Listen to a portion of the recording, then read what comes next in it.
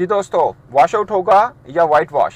आप भी ये सोच रहे हैं, मैं भी ये सोच रहा हूँ कि पाकिस्तान बांग्लादेश के दरमियान ये दूसरा जो टेस्ट मैच है इसका क्या फ्यूचर होगा। साफ है कि अगर मैच हुआ, और जो कि बज़ाहिर लग रहा है कि होगा ऑफ कोर्स, तो शायद लंच ब्रेक तक खा भी जाएंगे बांग्लादेशी बैटर पाकिस्तानी बॉलर्स को, और पाकिस्तान पहली मर्तबा अपने घर के अंदर बांग्लादेश के हाथों टेस्ट सीरीज़ हार जाएगा। इससे पहले हम वनडे सीरीज़ तो हारे हुए हैं, वो बांग्लादेश के घर जाके हम हारे थे। ये यहाँ पे हमने मेहमान नवाजी की और यहाँ पे हम टेस्ट सीरीज़ भी हार रहे हैं।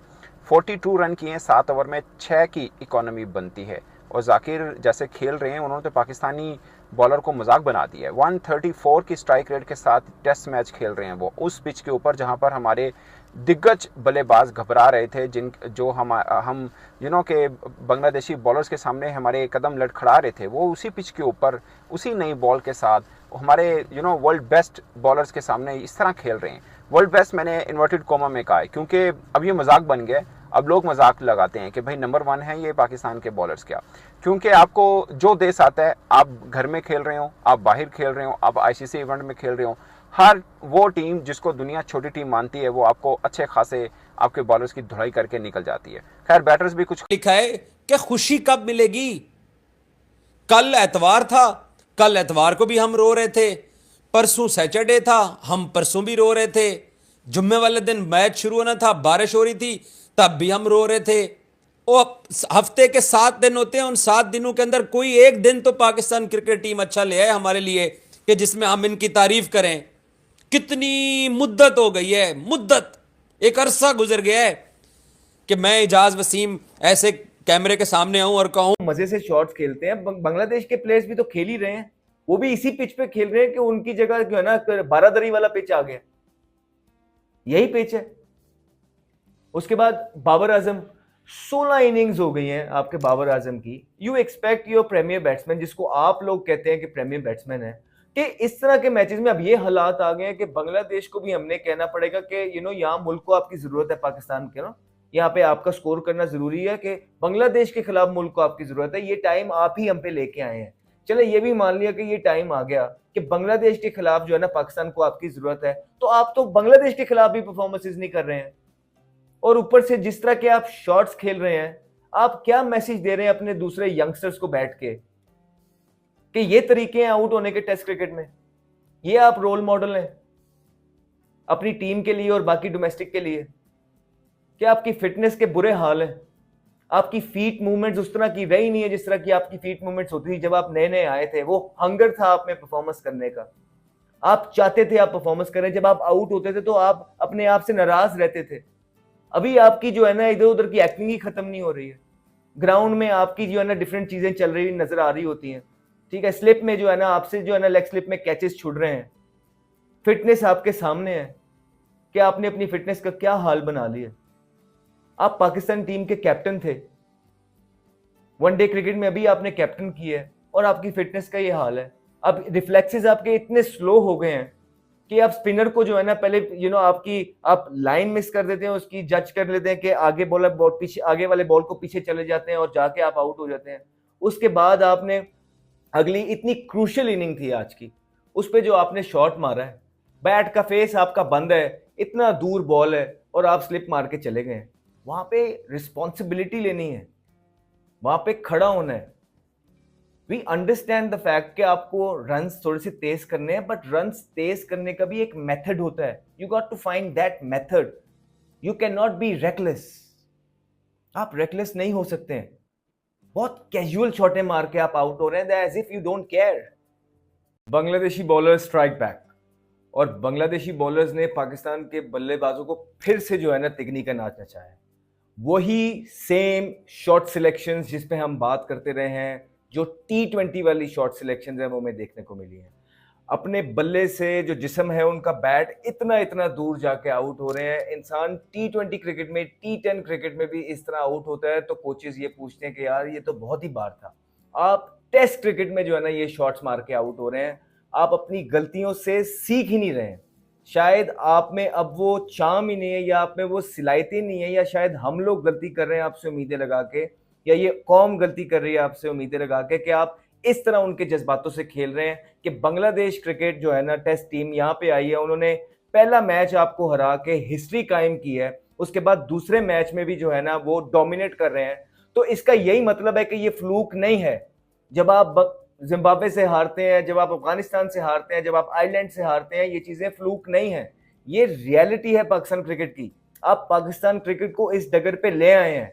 खाली प्लेयर्स को मैं इस चीज का जिम्मेदार नहीं कहता, इसमें पीसीबी भी उतना ही जिम्मेदार है जितना प्लेयर्स हैं, क्योंकि कुछ चीजें बिल्कुल हमारे सामने थी, कुछ डिसीजंस हमें लेने थे, लेकिन हमने वही काम जो हर दफा करते हैं, चीजों को बातें टीवी पे आके करके आवाम को डिस्ट्रैक्ट करने की कोशिश की।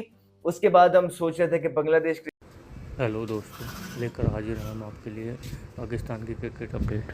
जिससे कि पाकिस्तान का मैच बांग्लादेश से चल रहा है, जिसमें पाकिस्तान की दूसरी पारी में 172 रन पर ऑल आउट हो गई, जिसमें बांग्लादेश के लिए बहुत अच्छी बांग्लादेश ने बहुत अच्छी बॉलिंग करी है, जिसमें हसन महमूद ने 5 विकेट और नाहिद राणा ने 4 विकेट लिए।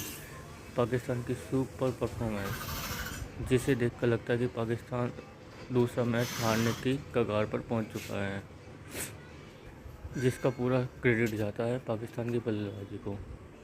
अगर बाबर आजम की बात की जाए तो बाबर आजम तो खैर लास्ट 16-17 इनिंग से फेल ही हो रहे हैं। बात पाकिस्तान की बल्लेबाजी की करें तो पाकिस्तान की बल्लेबाजी की शुरुआत आज सुबह ही बहुत ख़राब रही, जिसमें उन्होंने पहला विकेट बहुत ही जल्द खो दिया। मात्र 37 रन जोड़ने के बाद ही उन्हें तीसरा विकेट खो दिया। उसके बाद तो विकेटों की जैसे पगझड़ी लग गई, शान मसूद, बाबर आजम, सौ शकील, लेकिन एक रिजवान और सौ शकील आगा सलमान के बीच बहुत अच्छी पार्टनरशिप हुई, जिसकी बदौलत पाकिस्तान 172 का स्कोर तक पहुंच पाया का मतलब तो आप समझ रहे होंगे, क्योंकि अगर आगा सलमान और रिजवान के रन निकाल दिए जाए तो पाकिस्तान के स्कोर बैठता है ओनली 82 रन। अगर मान लीजिए ये दोनों 0 पर आउट हो जाते तो पाकिस्तान की टीम शायद आज ही मैच हार गई होती। हालांकि बांग्लादेश की शुरुआत आज बहुत ही अच्छी रही, जिसमें उन्होंने 42 रन बना लिए बिना विकेट खोए, और जिसमें जाकिर हसन जो एक बहुत ही तेज़ तरीके से शुरुआत करी है। बांग्लादेश का तेज़ शुरुआत करना बनता भी है, क्योंकि अगर देखा जाए तो ऐसे छोटे स्कोरों में कभी कभी टीम लक्ष्य में पड़ जाती है और वो भी हारने के कगार पहुंच जाती है। तो ये मेरे हिसाब से तो बहुत अच्छा डिसीजन है कि उन्होंने तेज़ खेलने का फैसला किया है। अगर कल सुबह बारिश ना हुई तो शायद में भी बांग्लादेश कल अपनी दूसरी जीत हासिल करेगा पाकिस्तान के सर्वोच्च पर, और पाकिस्तान अपनी दूसरी हार। अगर बांग्लादेश की बल्लेबाजी थोड़ी देर के लिए भी टिक गई तो वैसे पाकिस्तान की बॉलिंग तो उम्मीद ही नहीं कर सकते कि पाकिस्तान की बॉलिंग अब कुछ कर पाएगी भी। ऑलरेडी दबाव में है, 42 रन बन चुके हैं और मात्र अब 140 रन चाहिए बांग्लादेश को जीतने के लिए।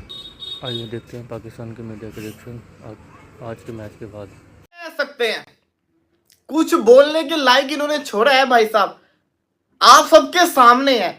172 के ऊपर पाकिस्तान की टीम ने अपनी असलियत दिखा दी है। 172 के ऊपर हम आउट होके चले गए हैं, 184 का टारगेट है। मुझको तो लग रहा है कि बांग्लादेश आज ही के आज मैच खत्म कर देगा। पहला दिन पूरा बारिश की नजर हो गया, उसके बाद जिस तरीके से लग रहा था कि जो टेस्ट मैच है ये और आपने क्या किया, और आप अपने घर में खेल रहे हैं और हमें ये गुमान है कि हमारे बॉलर उनके बॉल की निस्बत ज़्यादा बेहतर हैं, और अब देख लीजिए क्या हुआ है। उधर से राणा जी हैं, वो माफ़ी नहीं कर रहे हैं। बांग्लादेशी बॉलर जो हैं 150 वाली पेस के साथ बॉल कर रहे हैं, और हम अपने नेट के अंदर 150 बड़े बॉलर खेलें। आई डोंट नो कि अब क्या हो रहा है। और रावलपिंडी की पिच के ऊपर हमसे बांग्लादेशी बॉलर नहीं खेले जा रहे, और हमारे जब बॉलर बॉल करते हैं, अब खुरम शहजाद जो पहली इनिंग में तगड़ी बॉलिंग की, इस बार उन्हीं के ऊपर अटैक किया, ये सबसे खास बात है। और एक और बात याद रखने की कि अबरार अहमद ने अभी तक एक विकेट नहीं ली है। ये मैं बात इसलिए कर रहा हूँ कि बड़ा शोर मचा के अबरार अहमद को खिलाया जाता तो रिजल्ट डिफरेंट होता। तो अब देख लीजिए, अभी भी सलमान आगा भी बॉल कर रहे हैं, अबरार भी बॉल कर रहे हैं। आपका स्पिन डिपार्टमेंट की वजह से अब आपको ये टाइम देखना पड़ा, क्योंकि आपको कम से कम क्या है प्रॉब्लम, हम पाकिस्तानी हैं। हम पाकिस्तानी इस टीम को हर मुश्किल हालात के अंदर फॉलो करते हैं, इस टीम को हर मुश्किल हालात के अंदर हम सपोर्ट करते हैं, इस टीम को हर बुरी सिचुएशन के अंदर भी हम पाकिस्तानी इस टीम के साथ खड़े होते हैं। इन प्लेयर्स को यह लगता है कि शायद ये जो जो क्रिकेट फैन हमें पसंद करते हैं, जो लाइक करते हैं, इन बेचारों को और कोई काम नहीं है, तो इन्होंने मजबूरी में आके हमें पसंद करना ही। चास नहीं है भाई, इसका मैं अचार डालूं? अब मुझे बताओ ना, ये घंटा तो भाई बेकार हो चुके हैं। अब इसको टीम से बाहर निकालो। ये विराट कोहली बनने चला था, घंटे का किंग बन गया है। ये विराट कोहली बनने चला था, ये घंटे का किंग बन गया भाई।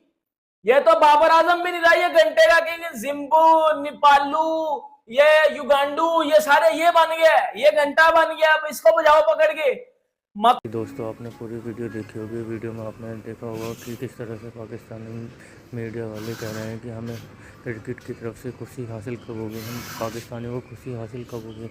हम पाकिस्तानियों के लिए खुशी के लम्हे बहुत कम आते हैं, जिसमें से क्रिकेट है जिसकी तरफ से हमें खुशी के लम्हे आते थे, लेकिन वो क्रिकेट भी उनसे रूठ गई है, जिसकी तरफ से उन्हें अब खुशी के लम्हे आना तो दूर, एक उनके लिए काल की तरह बन गई है, जो हमेशा दुख ही दुख लेकर आ रही है। और इसकी सबसे बड़ी वजह है पाकिस्तान क्रिकेट टीम।